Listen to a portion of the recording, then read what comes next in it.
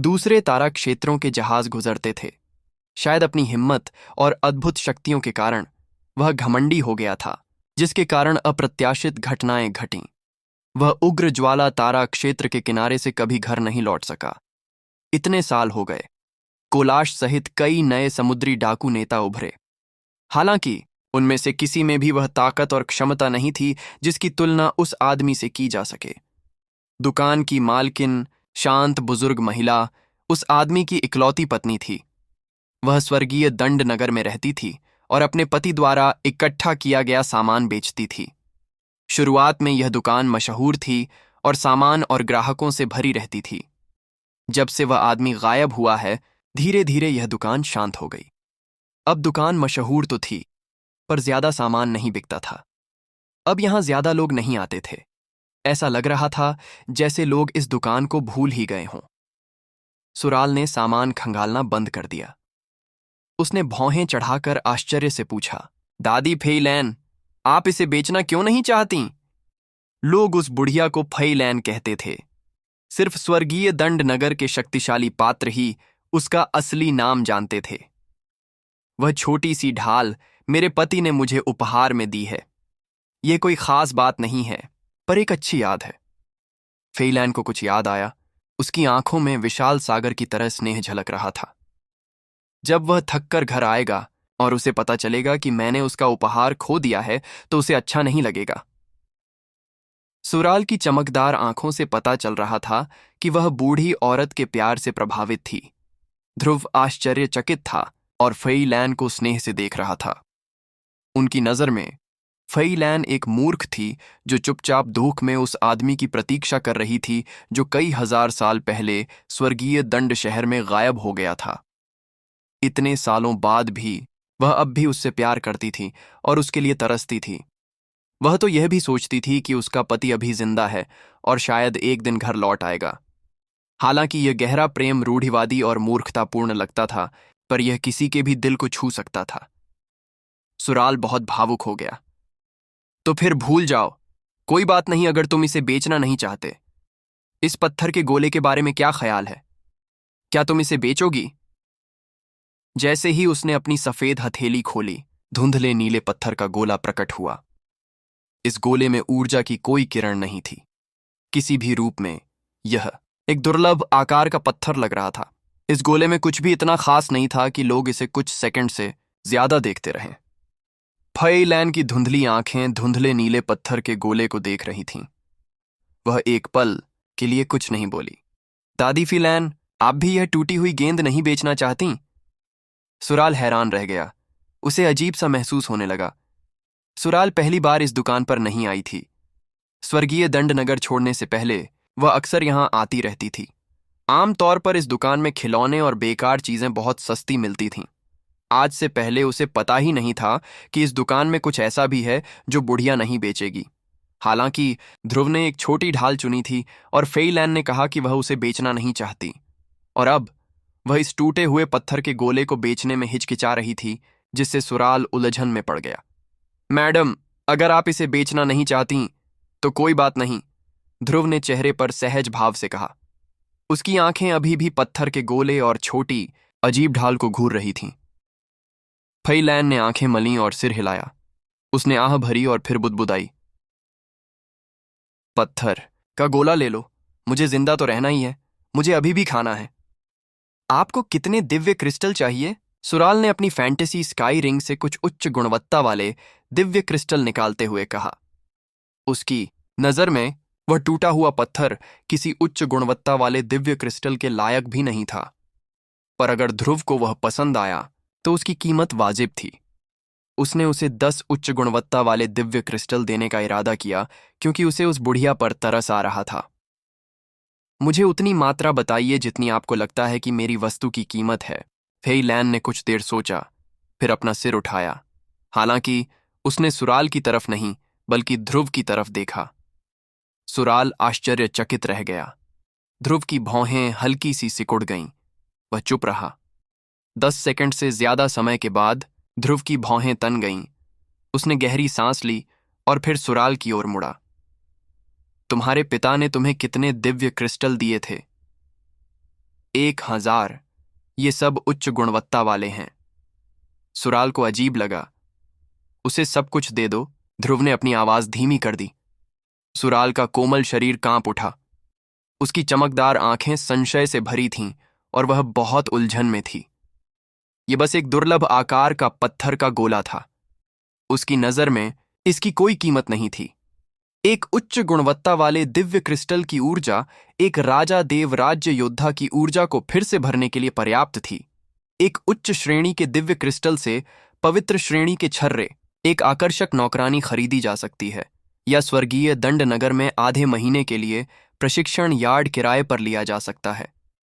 1000 Divya crystal वाकई एक बड़ी दौलत थे।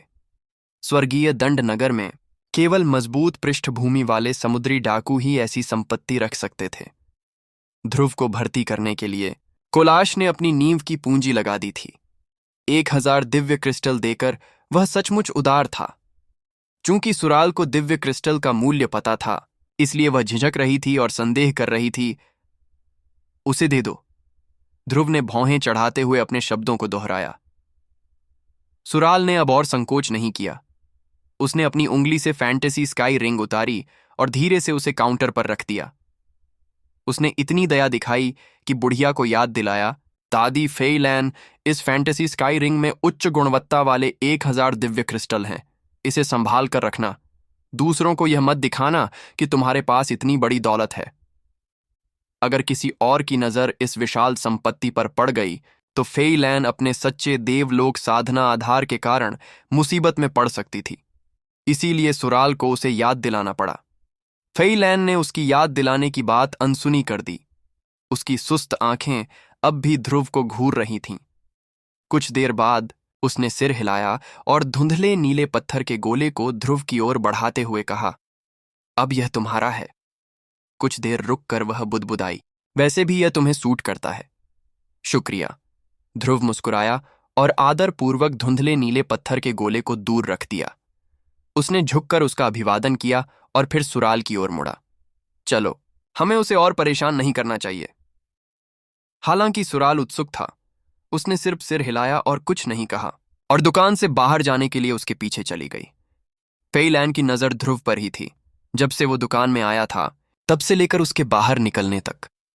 वो कुछ देर सोचती रही, फिर सो गई। क्यों? दुकान से निकलने के बाद सुराल अपनी जिज्ञासा को और नहीं रोक पाई। उसने उलझन भरी आंखों से पूछा, 1000 दिव्य क्रिस्टल, ये स्वर्गीय दंड नगर में एक विशाल जागीर खरीदने के लिए काफी है। इतनी बड़ी दौलत को एक रद्दी पत्थर के बदले में देना, क्या यह इसके लायक था? मुझे यकीन नहीं था कि यह इसके लायक है या नहीं। ध्रुव मुस्कुराया, पर उसे हिचकिचाते देखकर मुझे लगा शायद मैंने कोई खजाना चुन लिया है। वह गोला बेचना नहीं चाहती थी क्योंकि उसे इसकी कीमत पता थी। जब तुमने उसे 1000 दिव्य क्रिस्टल दिए तो मैंने उसे उत्साहित होते नहीं देखा। हालांकि वह नाखुश दिख रही थी। जानते हो क्यों? क्यों? क्योंकि उसने सोचा कि यह बहुत कम है। थोड़े? उसने सोचा कि 1000 दिव्य क्रिस्टल पर्याप्त नहीं थे। मुझे लगता है उसने हमारी किश्त कम समझी होगी, नहीं तो वो भड़क जाती। वो नाराज भी दिख रही थी। खैर, उसे उस गोले की जरूरत नहीं है, इसीलिए उसने मुझे बेच दिया। शायद उसकी कोई और वजह हो। ध्रुव को इतना यकीन नहीं था। उसे थोड़ा सा लगा कि फेईलैन को उस छोटी ढाल का जादू पता होना चाहिए। हो सकता है उसे खून के निशान के बारे में भी पता हो। फेईलैन ने पत्थर का गोला बेचने के लिए इसलिए हामी भरी क्योंकि वह उस छोटी ढाल की कीमत पहचान सकता था। बेशक ये सब सिर्फ उसकी धारणाएं थीं। ध्रुव ने इसकी पुष्टि करने की हिम्मत नहीं की, पर उसे कुछ अजीब पूर्वाभास हो गए थे। सुराल मूर्ख नहीं थी। उसे शक था क्योंकि वह समझ नहीं पा रही थी कि पत्थर की गेंद क्या जादू कर सकती है। उसे लगा कि यह बस एक बेकार पत्थर है। हालांकि ध्रुव के समझाने के बाद उसे तुरंत समझ आ गया। उसे थोड़ा झटका लगा। तुम्हारा मतलब था उस पत्थर के गोले में कुछ अजीब है? इसका मेरे स्टार पावर उपनिषद से एक सूक्ष्म संबंध है। मैं कह सकता हूं कि यह कोई साधारण वस्तु नहीं है। मुझे लगता है कि इसकी कीमत 1000 दिव्य क्रिस्टल के बराबर है और यह उससे भी ज्यादा हो सकती है। ध्रुव ने कुछ देर विचार करने के बाद कहा। सुराल की आंखें चमक उठीं। तुम्हारा मतलब है दादी फेईलैंड जानती हैं कि यह गोला कितना कीमती है? मुझे लगता है कि वह जानती है। ध्रुव ने सिर हिलाया। पर उसके पास तो केवल सच्चे ईश्वरीय क्षेत्र की साधना का आधार है। अगर वह जानती है तो वह लोगों को पत्थर के बारे में क्यों नहीं बताती और उसे ज्यादा कीमत क्यों नहीं देती? तुम्हें उससे पूछना चाहिए। मुझे कोई जवाब नहीं सूझ रहा। वे धीमी आवाज में बातें कर रहे थे। धीरे धीरे वे एक सुनसान गली में पहुंच गए जहां उन्हें सड़क पर कोई नहीं दिखाई दिया। ध्रुव रुक गया। सुराल उसके पास रुक गया। हवा थम गई। चारों तरफ से धीरे धीरे एक भारी दबाव पड़ने लगा। ऐसा लग रहा था मानो हवा की एक दीवार लोगों को रोकने के लिए दबाव डाल रही हो। पवन ऊर्जा उपनिषद। ध्रुव और सुराल ने एक दूसरे को देखा। वे गंभीर हो गए, चुपचाप अपने शरीर में ऊर्जा इकट्ठा कर रहे थे। अजीब सी तेज हवा से उन्हें पता चल गया कि आने वाले का एक मजबूत राज्य है। उसे मूल देव राज्य का योद्धा होना चाहिए। ध्रुव की नकारात्मक ऊर्जा तुरंत फूट पड़ी। उसका ईश्वरीय शरीर प्रकट हुआ। उसकी आंखें लाल हो गईं। नकारात्मक आभा आंधी की तरह घूम रही थी। ध्रुव का मृत क्षेत्र हवा के दबाव को चीरता हुआ फैल गया। सुराल ने कुछ नहीं कहा। वह हवा के शोर को भांपने के लिए आंखें बंद करके बैठ गई। उसने अपनी ध्वनि शक्ति उपनिषद का प्रयोग करते हुए प्रतिद्वंद्वी के देव क्षेत्र से आ रही धमकी भरी शक्ति को विचलित कर दिया। आने वाले के पास मूल देवलोक था और वह पवन शक्ति का प्रयोग करता था। उसने अपनी भयावह शक्ति के साथ अच्छी तैयारी कर रखी थी। अगर वे कोई गलती करते तो उन्हें अनंत काल के लिए दंडित किया जाता। उनकी आत्मा वेदियों को भी तोड़ा जा सकता था। ध्रुव और सुराल दोनों ही अनुभवी योद्धा थे। जब उन्होंने देखा कि कुछ गड़बड़ है तो उन्होंने तुरंत अपनी सारी सेनाएं इकट्ठा कर लीं और प्रतिरोध किया। उन्होंने एक पल भी रुकने की हिम्मत नहीं की। जब वे प्रतिद्वंद्वी से मुकाबला करने के लिए तैयार थे, तभी गली के एक छोर से तेज हवा का झोंका आया और उनमें से एक को अपनी चपेट में ले लिया। हवा धूल के बवंडर की तरह बह रही थी। बवंडर के बीच में एक धूसर साया लटका हुआ था, पर वे उसे साफ नहीं देख पा रहे थे। उन्हें बस एक शक्तिशाली पर बुरी शक्ति का एहसास हो रहा था जो उससे निकल रही थी। धूसर हवा फुफकार रही थी। अचानक से भारी दबाव कई गुना बढ़ गया। देखते ही देखते इस छोटी सी गली की चट्टानी दीवारें दरक गईं और फट गईं। चट्टान के टुकड़े तेज बौछार की तरह बिखर गए। हवा कानों को चीरती हुई तेज आवाज के साथ चल रही थी, जो सीधे ध्रुव के चेतना सागर में एक तेज ब्लेड की तरह बह रही थी। ध्रुव ईश्वरीय क्षेत्र से पीड़ा महसूस कर सकता था। इस समय वह अपनी चेतना भी नहीं जुटा पा रहा था। उसके विचार आत्मा वेदी तक नहीं पहुंच पा रहे थे। उसकी ईश्वरीय आत्मा ऐसे तैर रही थी मानो उसे चेतना के सागर के ऊपर आत्मा वेदी से खींच कर लाया गया हो। हवा के शोर में अत्यधिक दबाव ने हवा को संकुचित कर दिया। जलती हुई वस्तुओं की गंध हवा में फैल गई। चट्टानें बारिश की तरह गिर रही थीं। हवा से मिली ऊर्जा से वे टुकड़े पहाड़ों या 10,000 मवेशियों जितने भारी और समुद्र जितने मोटे हो गए। पवन देव के राज्य के अंदर तेज हवाएं चीख रही थीं, जिससे सब कुछ धुंधला सा हो गया था। पूरा आकाश एक विशाल धूसर क्षेत्र में बदल गया था। ऐसा लग रहा था मानो महाशक्ति सब कुछ उजाड़ने वाली हो। सीमित करो! ध्रुव लगभग पागलों की तरह चीखा। उसकी आवाज आसमान तक पहुंच गई। उसका चेहरा क्रूर था। उनके दिव्य शरीर से अनगिनत अंतरिक्ष तरंगें समुद्र के ज्वार की तरह उठती हुई प्रकट हुईं। कुछ ही देर में उन्होंने एक संरचना बना ली। हवा में कड़क की आवाजें गूंज रही थीं, मानो कोई अदृश्य जंजीरों से आसपास के वातावरण को जकड़ रहा हो। आवाज भी बाहर नहीं जा पा रही थी। सुराल आंखें बंद किए ध्रुव के बगल में बड़े करीने से बैठी थीं। उसका चेहरा पानी की तरह शांत था, पर उसकी नाजुक घुमावदार भौहें सिकुड़ी हुई थीं। उसके होंठ खुल गए और उसने तलवारों जैसे तीखे शब्द उगल दिए। फिर वे धूसर बवंडर के बीच धुंधली परछाई की ओर तेजी से बढ़े। धमाका धमाका धमाका! लगातार बड़बड़ाहट की आवाजें गूंज रही थीं। सुराल ने अपनी ध्वनि शक्ति उपनिषद का इस्तेमाल उस बवंडर पर बमबारी करने के लिए किया। धूसर धूल का एक बड़ा हिस्सा गायब हो गया। हालांकि हवा थोड़ी देर के लिए रुकी थी, फिर तेजी से घूमने लगी।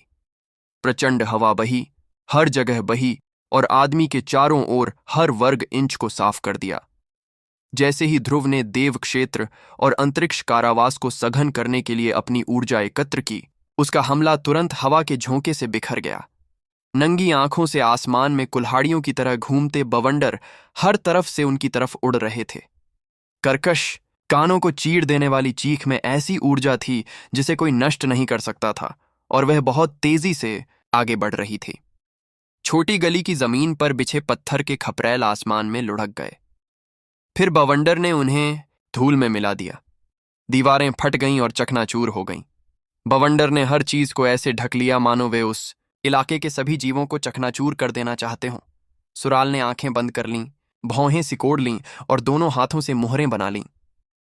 वह लगातार चीख रही थी और चिल्ला रही थी। उसकी ध्वनि सीलें फट गईं और फिर बिजली के फीतों में सघन होकर धूसर बवंडर को चीरती हुई निकल गईं। हालांकि वे घने बवंडर को पार नहीं कर सकीं और वह अंदर मंडरा रहे बवंडर को नुकसान नहीं पहुंचा सकी। दो लोगों के बीच का अंतर मनुष्यों और देवताओं के बीच की दूरी थी।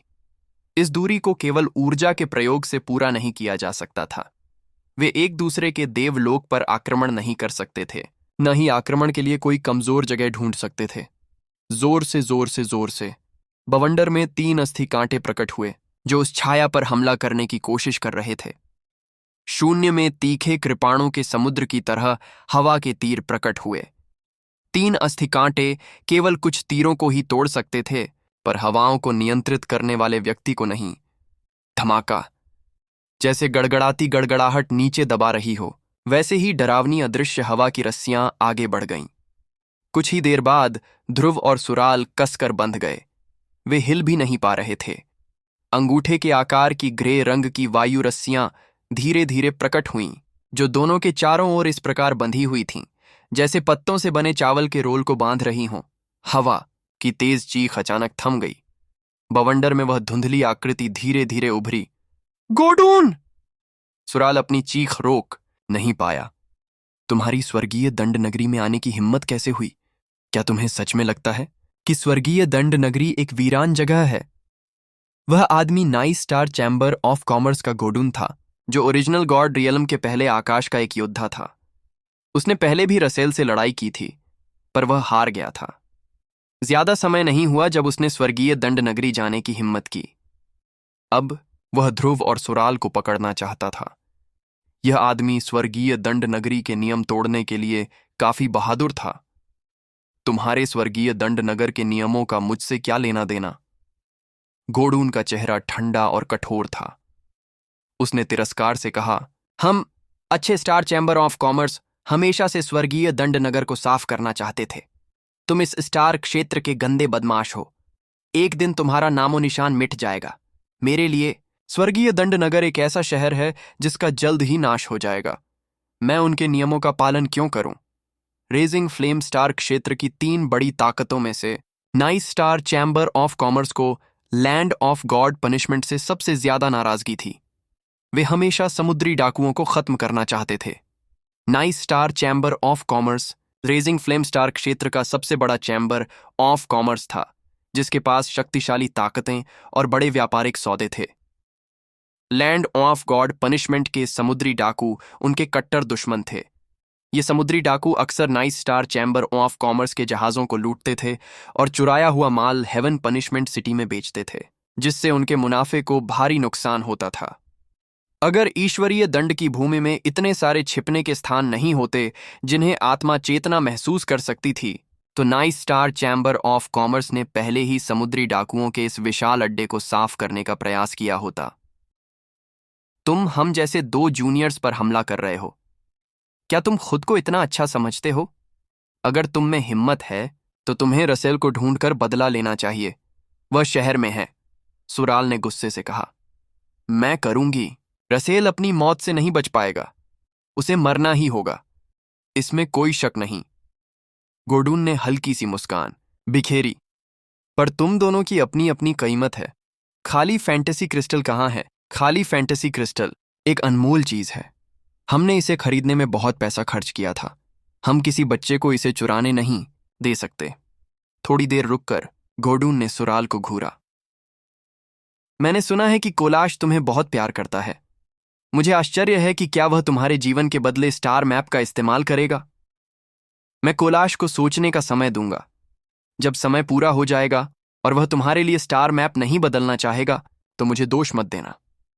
बात करते हुए गोडून ध्रुव और सुराल की ओर बढ़े। जोर से एक तेज झोंका आया। ध्रुव की गर्दन पर अचानक एक कट सा निशान दिखाई दिया जो उसकी धमनी से बस एक रेखा की दूरी पर था। गोडून की उंगलियों के बीच एक हवा का ब्लेड दिखाई दिया। उसने ठंडे स्वर में कहा, मैं जानना चाहता हूं कि खाली काल्पनिक क्रिस्टल कहां है। ध्रुव की आंखें लाल थीं। उसने अपने होंठ खोलते हुए गोडून की तरफ देखा। मैंने इसे तोड़ा है। गोडून ने अपना चेहरा बदला। उसकी उंगलियों के बीच से हवा का ब्लेड निकला और उसकी गर्दन की धमनी को काट दिया। धमाका। एक ढाते हुए पहाड़ की तरह एक क्रूर शक्ति ध्रुव के शरीर से फटते हुए ज्वालामुखी की तरह निकली। राख जैसे भूरे रंग की रस्सियां तुरंत टूट गईं। ध्रुव ने अपने शरीर में अमर दानव रक्त की शक्ति का आवाहन किया था। इस क्षण ध्रुव एक जंगली जानवर बन गया जो अपनी कैद से बाहर निकल रहा था। उसकी गति उग्र और भयावह थी। उसकी गार्नेट जैसी आंखों में चमक आ गई। मृत उपनिषद का आवाहन किया गया। नकारात्मक ऊर्जा एक विशाल मृत मुहर में बदल गई जो घोड़ून की ओर प्रहार कर रही थी।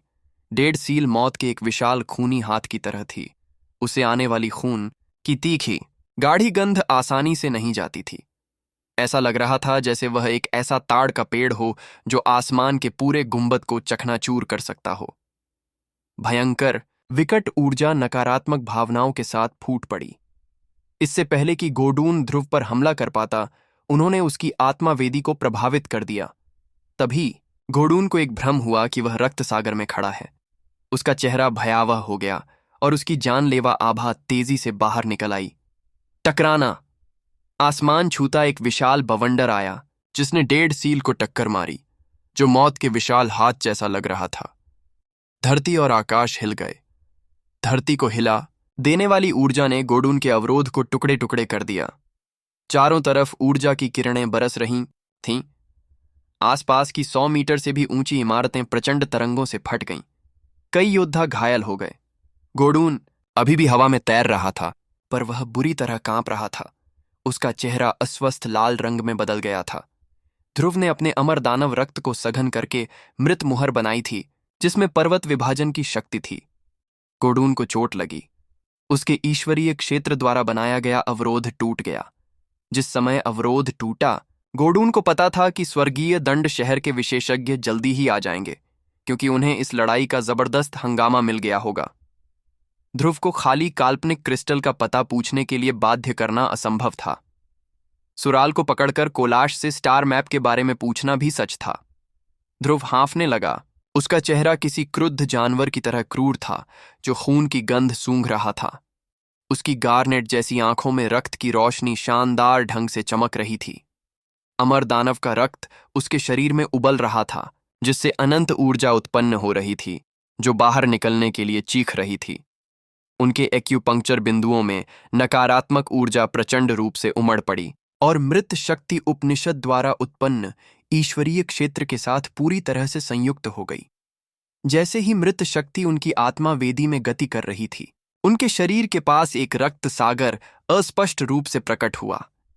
रक्त की घनी गंध आकाश में फैल गई और हर प्राणी को अपनी चपेट में ले लिया।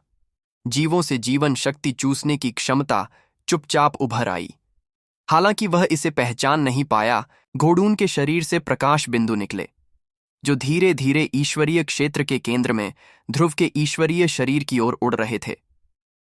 तोड़ना। ध्रुव ने गहरी सांस ली। उसकी जकड़ी हुई बाहों ने जोर से सुराल के शरीर पर बंधी हवा की रस्सियों को फाड़ दिया और उसे घोड़ून की हवा की कैद से आजाद कर दिया। लगता है मुझे तुम सबको मारना पड़ेगा। घोड़ून ने कुछ पल सोचा, फिर उसका चेहरा काला पड़ गया। वह अपने राज्य का फायदा उठाकर ध्रुव और सुराल को मारना चाहता था। चूंकि उसके पास मूल देव क्षेत्र साधना का आधार था, उसने अभी तक इस युद्ध में अपनी पूरी शक्ति का उपयोग नहीं किया था।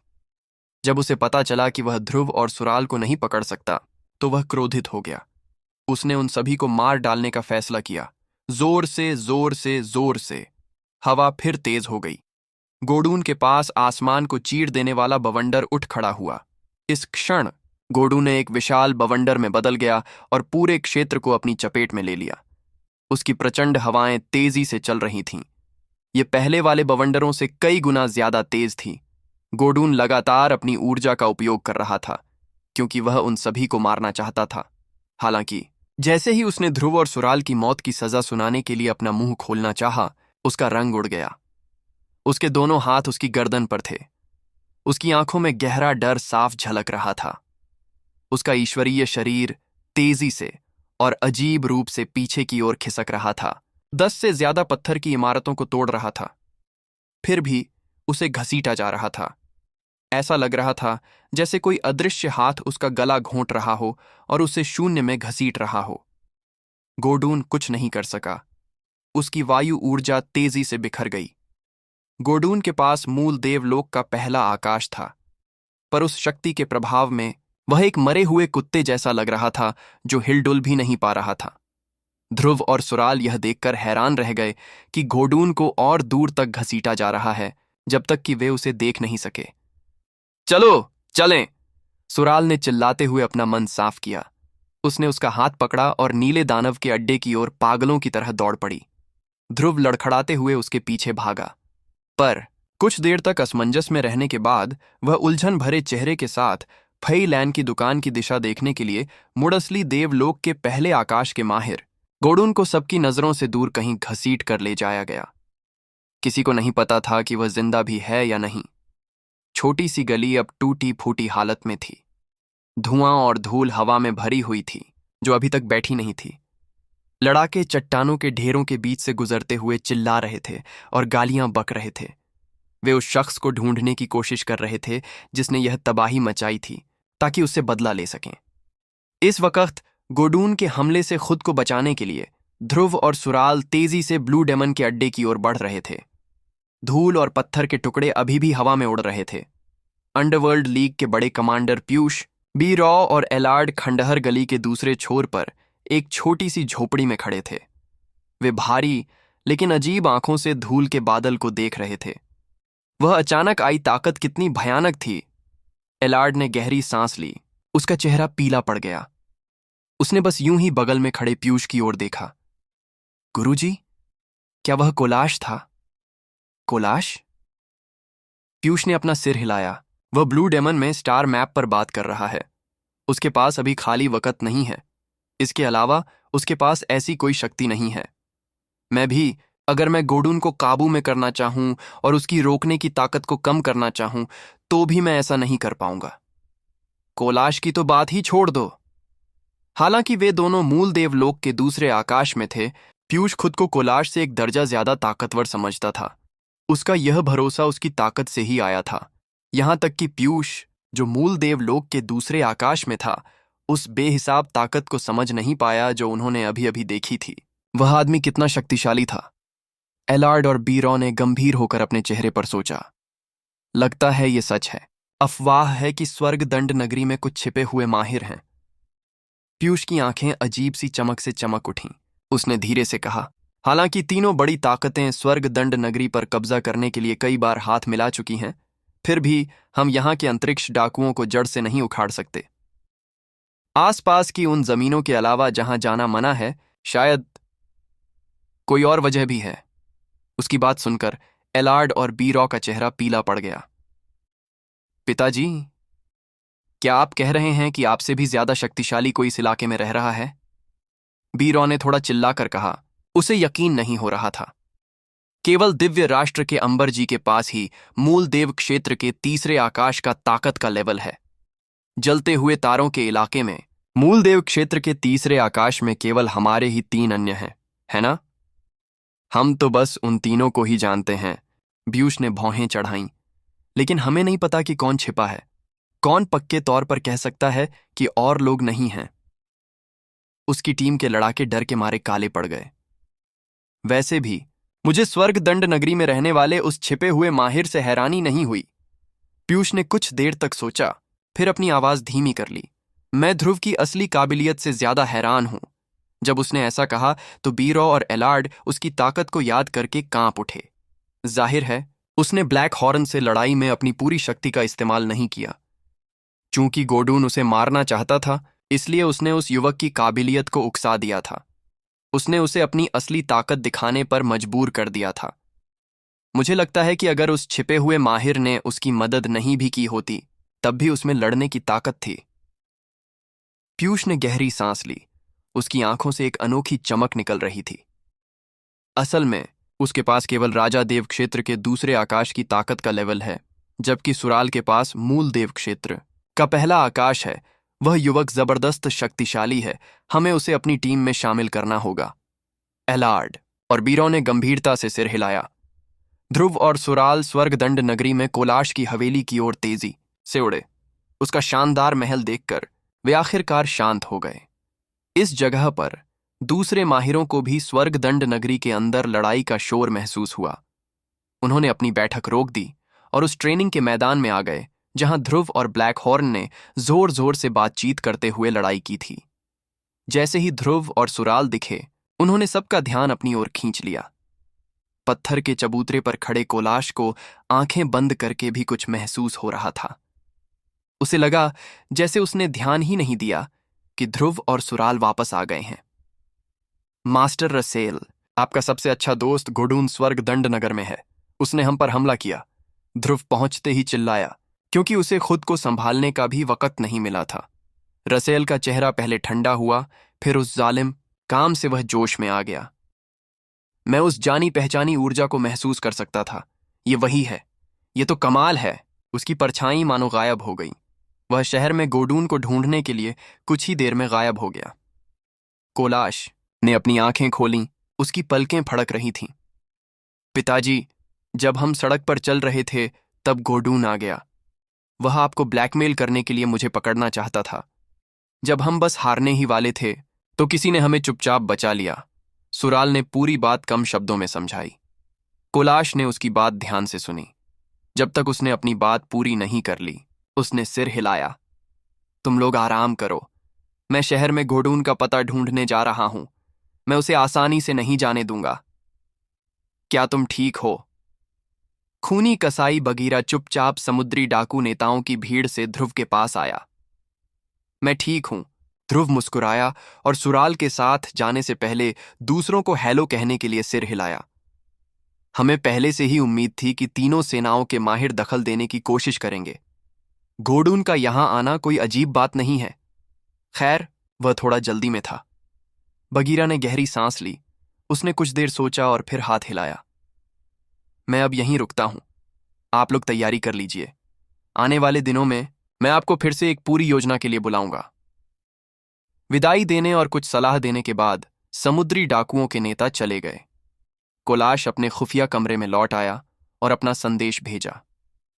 कुछ ही देर बाद सुराल ने ध्रुव के लिए सब कुछ इंतजाम कर दिया और कमरे में आई। यह खुफिया कमरा कई स्तरों की रुकावटों और पाबंदियों से घिरा हुआ था। कोई भी उनकी बातचीत नहीं सुन सकता था। छोटी सुराल, तुमने कहा था कि जब तुम मुसीबत में थीं तब किसी ने तुम्हारी मदद की थी। क्या तुम जानती हो कि वह आदमी कौन था? कोलाश ने गंभीर भाव से पूछा। नहीं, मुझे नहीं लगता। सुराल ने सिर हिलाया। लगता है उस आदमी ने गोडून की गर्दन पकड़ ली और उसे घसीट कर ले गया। गोडून खुद को रोक भी नहीं पाई। यह बहुत भयानक था। कोलाश ने गंभीर चेहरा बनाया। वह आदमी तुम्हारे ख्याल से कहीं ज्यादा खतरनाक है। तुम्हारे पिता भी। मेरे पास ऐसी शक्तियां नहीं हैं। सुराल डर गई। क्या वह व्यक्ति मूल देवलोक के तीसरे आकाश में है? ऐसा कैसे हो सकता है? हमारे स्वर्गीय दंडनगर में इतनी शक्तिशाली शक्तियां कब से आ गई हैं? ये हो सकता है, कोलाश ने मुस्कुराते हुए कहा, कुछ तो है जो तुम नहीं जानती। हजारों सालों से जब भी स्वर्गदंड नगरी पर कोई मुसीबत आई या ऐसे दुश्मन आए जिनका सामना करना नामुमकिन था, हमने हमेशा उसे बिना किसी वजह के सुलझा लिया। पिछली बार ऐसा 500 साल पहले हुआ था। 9 स्टार चैम्बर ऑफ कॉमर्स के लिए परिवार का मुखिया स्वर्गदंड नगरी को मिटाने और समुद्री डाकुओं को खत्म करने के इरादे से यहां आया था। जब ऐसा हुआ तो स्वर्गदंड नगरी को भारी नुकसान हुआ। शहर तबाह हो गया। कई समुद्री डाकू मारे गए। जिस वक्त हमें लगा कि स्वर्ग दंड नगरी खत्म होने वाली है, उसी समय ली परिवार का मुखिया पता नहीं कैसे मर गया। उसके माहिर भी अनजाने में मारे गए। कोलाश ने एक और गहरी सांस ली। स्वर्ग दंड नगरी को तो खत्म हो जाना चाहिए था, लेकिन ली परिवार के सभी माहिर मारे गए और हम आसानी से लड़ाई जीत गए। एक पल रुककर कोलाश ने चेहरे पर अजीब से भाव लाते हुए कहा, ऐसा कई बार हो चुका है। सुराल हैरान रह गई। पिताजी, क्या आप कह रहे हैं कि स्वर्ग दंड नगरी में एक ना हारने वाला छिपा हुआ माहिर है, कोई ऐसा जिसे आप महसूस भी नहीं कर सकते? अगर उस आदमी का लेवल मेरे लेवल से ऊंचा है, तो जब वह अपनी ऊर्जा छिपाएगा तो मुझे कुछ भी महसूस नहीं होगा। कोलाश ने सिर हिलाया। तीनों बड़ी सेनाओं के सरदार भी इस आदमी के बारे में जानते हैं, इसीलिए हम इतने लंबे समय तक मजबूती से टिके रहे। यही वह छिपा हुआ आदमी है जिसकी वजह से हम अभी तक खत्म नहीं किए गए हैं। वरना क्या तुम्हें लगता है कि तीनों सेनाएं हमारी जान बख्श देती? क्या वे एक बार फिर आकर हमें तबाह करने की कोशिश नहीं करती? सुराल चुप रही। आज उस आदमी ने आपकी और ध्रुव की मदद करने के लिए अचानक गोडून पर हमला किया। हालांकि मुझे यकीन नहीं है कि यह आदमी आपकी मदद करना चाहता था या ध्रुव की। कोलाश ने भौहें चढ़ाईं और फिर पूछा, आप लोग किससे मिले थे? चेस्टर, कफू और दादी संभाली, और वह उससे पहले कहीं चला गया था। मुझे लगता है कि वह किसी से मिलने गया था, लेकिन मैं उसके साथ नहीं गई थी। मुझे नहीं पता कि वह किससे मिला था, सुराल ने जवाब दिया। जेस्टर और कफू, उनके लिए आपकी मदद करना नामुमकिन होगा। संभाली, उसके पास सिर्फ सच्चे ईश्वरीय क्षेत्र का तीसरा आकाश है। वह बूढ़ी और शांत दिखती है। मैंने उसके आसपास कभी कुछ अजीब नहीं देखा। उसका दिमाग ठीक से काम नहीं करता। फिर भी यह नामुमकिन है। शायद वह कोई ऐसा आदमी था जिससे ध्रुव मिला था, तो उस आदमी ने उसकी वजह से तुम लोगों की मदद की होगी। कोलाश ने अपना चेहरा बदला। उसने कुछ देर सोचा और फिर आगे कहा, वह कोई मामूली आदमी नहीं है। छोटी सुराल, अगर तुम उसे अपने प्यार से बांध सको और हमारे लिए काम करने के लिए तैयार कर सको, तो वह भविष्य में हमारे लिए बहुत मददगार साबित होगा। सुराल स्वाभाविक रूप से मुस्कुराई। हाँ, तुम्हें जाना चाहिए। मुझे और सोचना है। कोलाश ने आगे कुछ नहीं पूछा और प्यार से अपनी बेटी को जाने के लिए कहा। सुराल तुरंत वहां से चली गई। ध्रुव एक बड़े पत्थर के कमरे में खिड़की पर करवट लेकर लेटा हुआ था। वह स्वर्गदंड नगर में लोगों की आवाजाही देख रहा था और संभाली की दुकान से खरीदे गए नीले पत्थर के गोले को सहला रहा था। उसकी आंखें धीरे धीरे चमकने लगीं। नीले पत्थर के गोले में अपनी रूहानी ताकत का एक बहाव भेजा गया। पत्थर के गोले में कोई चमक नहीं थी, क्योंकि वह बस एक कुदरती पत्थर का गोला था जिसमें कोई ताकत का उतार चढ़ाव नहीं था। ध्रुव की भौहें तन गईं, लेकिन उसने जल्दी नहीं की। उसने कुछ देर तक पत्थर के गोले को देखा। अचानक उसने सितारों की ताकत की विद्या का इस्तेमाल किया। जैसे ही उसने तारे की ऊर्जा का उपयोग करके पत्थर के गोले के अंदर क्या है यह देखने के लिए अपनी रूह का ठिकाना धीरे धीरे हिलाया, उसी समय उसकी छाती सितारों जैसे बिंदुओं से चमक उठी। फिर वे हल्के बिंदु जुगनुओं की तरह उड़कर पत्थर के गोले में समा गए। जैसे जैसे उसकी आत्मा आकाश में तारों की दिशा बना रही थी, उसकी तारा शक्ति चलने लगी थी। ऐसा लग रहा था जैसे उसने आकाश के तारों भरे सागर के साथ एक छोटा और जादुई रिश्ता बना लिया हो। जब तारे की ऊर्जा पत्थर के गोले में डाली गई, तो ऐसा लगा जैसे गोले के अंदर की बचाव की परत साफ हो गई हो। धीरे धीरे गोले पर उंगलियों के आकार की छोटी छोटी कीलें दिखाई देने लगीं। धमाका! ध्रुव का दिमाग का समंदर बेकाबू होकर हिल रहा था। तारों की रोशनी उसके बाएं हाथ पर, जिस हाथ में पत्थर की गेंद थी, झिलमिलाने लगी। उसकी रूह के ठिकाने ने गेंद के साथ एक छोटा और जादुई रिश्ता बना लिया था। बहुत बड़े तारों भरे समुद्र में तारों की रोशनी बारिश की तरह बरस रही थी और पत्थर के गोले के अंदर इकट्ठा हो रही थी। पत्थर के गोले में लगे छेदों से अचानक एक भयानक चीर देने वाली ताकत के साथ चमकदार रोशनी निकली। Boom boom boom! जब रोशनी चट्टान की दीवार से टकराई, तो वह दीवार को चीरती हुई अंदर तक पहुंच गई। जिस खिड़की पर वह खड़ा था, वह फट गई। उसका बड़ा पत्थर का कमरा छेद छेद हो रहा था, क्योंकि प्रकाश की कई किरणें अलग अलग दिशाओं में चमक रही थीं। रोशनी दीवार को ऐसे चीर रही थी मानो कोई सूखे पेड़ की शाखाओं को पकड़कर तोड़ रहा हो। कमरे के नीचे डर और हैरानी की चीखें गूंज उठीं। कोलाश की सेना के कई लड़ाके यह देखने के लिए ऊपर की ओर दौड़ पड़े कि क्या हो रहा है। ध्रुव दंग रह गया। जैसे ही उसने उस गोले को सहलाया, उसकी आंखें और भी चमक उठीं, जबकि वह अभी भी हर जगह रोशनी बिखेर रहा था। उसके मुंह के कोनों पर मुस्कान आ गई। वह हल्का नीला पत्थर का गोला अब एक तारे की तरह चमकदार हो गया था, और उससे लुढ़कते तारे की ऊर्जा का बहाव निकल रहा था जो तेजी से बढ़ रहा था। विशाल तारा क्षेत्र से तारों की रोशनी अब भी अनगिनत रूप से पत्थर के गोले में गिर रही थी, जैसे बड़े समंदर में नदियां बह रही हों। पत्थर के गोले को पकड़े हुए ध्रुव ने अपनी सितारों की ताकत की विद्या को छोड़ा, जिससे पत्थर के गोले के साथ एक खास रिश्ता बन गया। अचानक शानदार तारों की किरणें ध्रुव के देव शरीर के चारों ओर घूमने लगीं और उसे जल्दी ही ढक लिया। उस पल वह तारों की रोशनी से ढके किसी कोकून जैसा लग रहा था। उसका पूरा शरीर हीरे की तरह चमक रहा था, जिसे लोग सीधे देख नहीं सकते थे।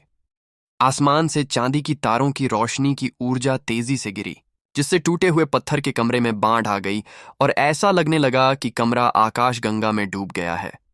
कोलाश, सर्वेश और सुराल उस जगह पर गए, क्योंकि उन्होंने भी दूसरे समुद्री डाकुओं की तरह इस कमरे में जबरदस्त हलचल महसूस की थी। वे ध्रुव की खिड़की से बाहर तैरते हुए आए और बड़े अचंभे से कमरे में झांकने लगे। कमरे के अंदर आकाश गंगा में रोशनी का एक शानदार गुच्छा चमक रहा था। यह इतना चकाचौंध कर देने वाला था कि लोग इसे ठीक से देख नहीं पा रहे थे। तारों की रोशनी इतनी शानदार थी कि यह आकाश का सबसे आकर्षक तारा था। पत्थर के कमरे में जबरदस्त सितारों की ऊर्जा का उतार चढ़ाव हो रहा था। ध्रुव का ईश्वरीय क्षेत्र अंतरिक्ष के एक छोटे रूप में बदल गया था। वह आसमान से आने वाले तारों के प्रकाश को लगातार सोखता रहा, जिससे उसका ईश्वरीय शरीर और भी डरावने रूप से चमकदार होता गया। यह क्या है? कुलाश की आंखें चमक उठीं। वह खुद को सुराल की ओर मुड़ने से नहीं रोक सका। सुराल भी सिर हिलाते हुए हैरान थी। मुझे नहीं पता क्या हो रहा है। उसकी विद्याओं में सितारों की ताकत भी शामिल है। कुलाश चुप रहा। अंतरिक्ष शक्ति और आग की ताकत नहीं? सर्वेश हैरान था।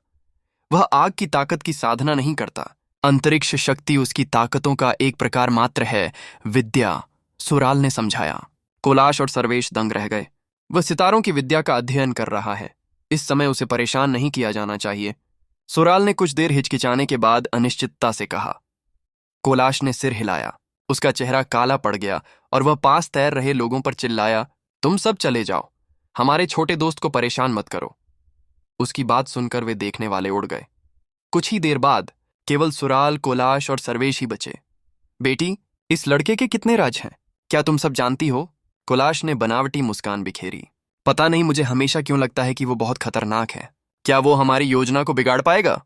मुझे भी नहीं पता कि वह कितने रहस्य रखता है। सुराल ने अपना सिर हिलाया। लेकिन मुझे पता है कि वह हमारा दुश्मन नहीं बनेगा। कोलाश ने कुछ देर तक ध्रुव को घूरते हुए सोचा, फिर सिर हिलाया। तुम यहीं रहो और उस पर नजर रखो, मुझे कुछ जरूरी काम है। छोटे सर्वेश, मेरे पीछे आओ। फिर वह और सर्वेश गायब हो गए। सुराल इस जगह पर अकेले खड़ी रही और अपनी खूबसूरत आंखों से चमकते हुए ध्रुव को देखती रही। तारों की रोशनी ने ध्रुव को अपने चारों ओर घेर लिया, जिससे वह एक चमकता हुआ प्यूपा कोकून बन गया, जिसमें भयंकर तारों की रोशनी थी। ऐसा लग रहा था मानो वह आकाश गंगा को असर कर सकता है, अनगिनत तारों की रोशनी की किरणों को अपने ईश्वरीय शरीर में खींचकर इकट्ठा कर सकता है। उसकी यह हालत काफी समय तक रही। आखिरकार कमरे में तारों की रोशनी पड़नी बंद हो गई। देव क्षेत्र द्वारा बनाया गया तारों वाला समुद्र भी गायब हो गया। आखिर में ध्रुव का शरीर सामने आया। सब कुछ अपनी सामान्य हालत में वापस आ गया। वह जमीन पर शांत भाव से बैठा था। उसकी सांसें स्थिर थीं। उसने आंखें बंद कर लीं, मानो वह साधना कर रहा हो। उसके हाथ में पकड़ा हुआ धुंधला नीला पत्थर का गोला अनजाने में गायब हो गया था।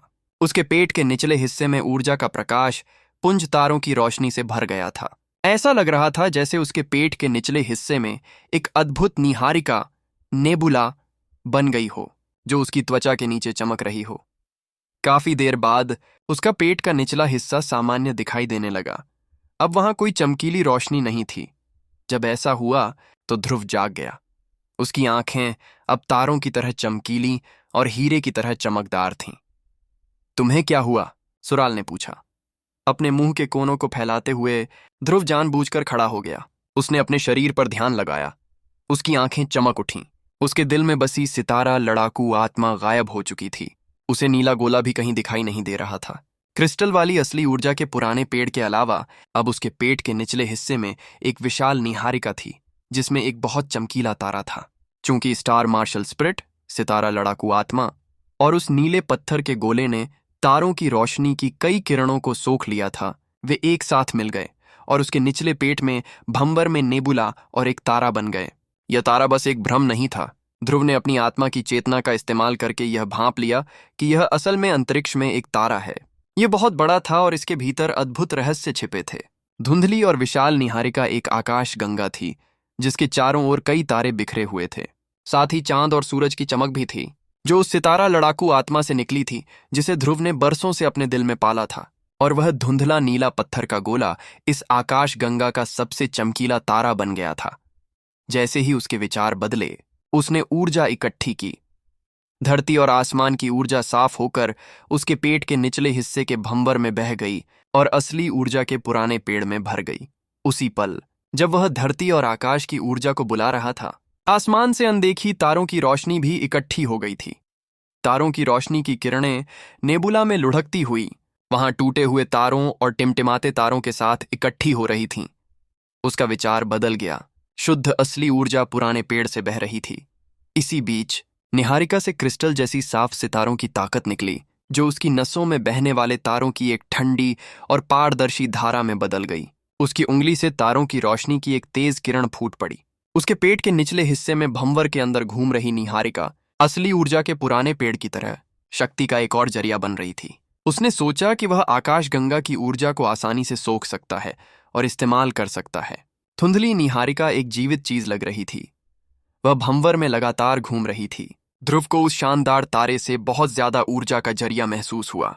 उसे लगा कि जैसे ही वह सितारों की विद्या की रहस्यमयी शक्ति का उपयोग करेगा, वह इन चीजों से काफी ऊर्जा ले सकेगा।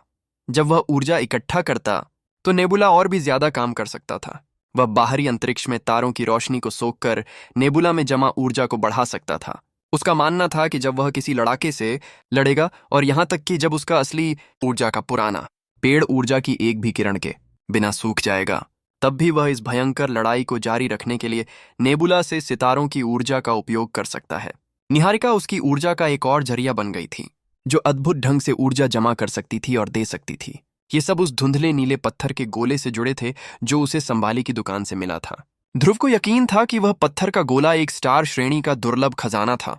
मैं ठीक हूं, मुझे बहुत अच्छा लग रहा है, तुम्हें चिंता करने की जरूरत नहीं है। ध्रुव मुस्कुराया और सुराल को दिलासा दिया। सब ठीक है, मैं सितारों की विद्या का अध्ययन कर रहा हूं। आज मुझे कुछ अच्छा मिला है।